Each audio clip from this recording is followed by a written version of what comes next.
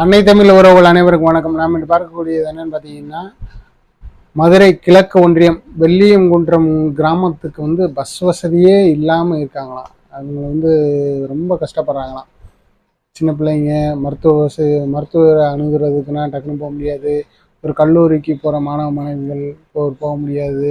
ஒரு வயதான முதியவர்கள் போக முடியாது. இந்த மாதிரி விஷயங்கள்லாம் ரொம்ப அந்த கிராமத்தில் இருக்குது. பஸ் வசதி ஏற்படணும்னு சொல்லி நிறையா கம்ப்ளைண்ட்லாம் வந்துக்கிட்டு இருக்குது. இந்த தினத்தந்தியில் கூட அது சம்மந்தமாக எதிரொலிச்சிருக்கு.